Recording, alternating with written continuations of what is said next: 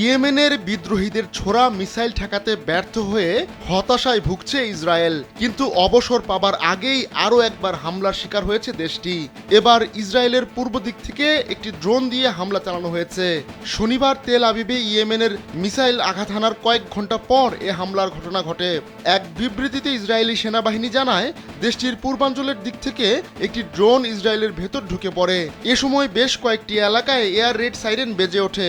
তখন ইসরায়েলি বিমান বাহিনী ওই ড্রোনটি ভূপাতিত করে। তবে কারা এই হামলা চালিয়েছে তা জানাতে পারেনি ইসরায়েল।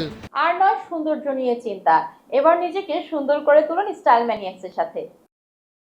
এর আগে একই ধরনের হামলা চালিয়েছিল ইরাকের ইসলামিক রেজিস্ট্যান্স।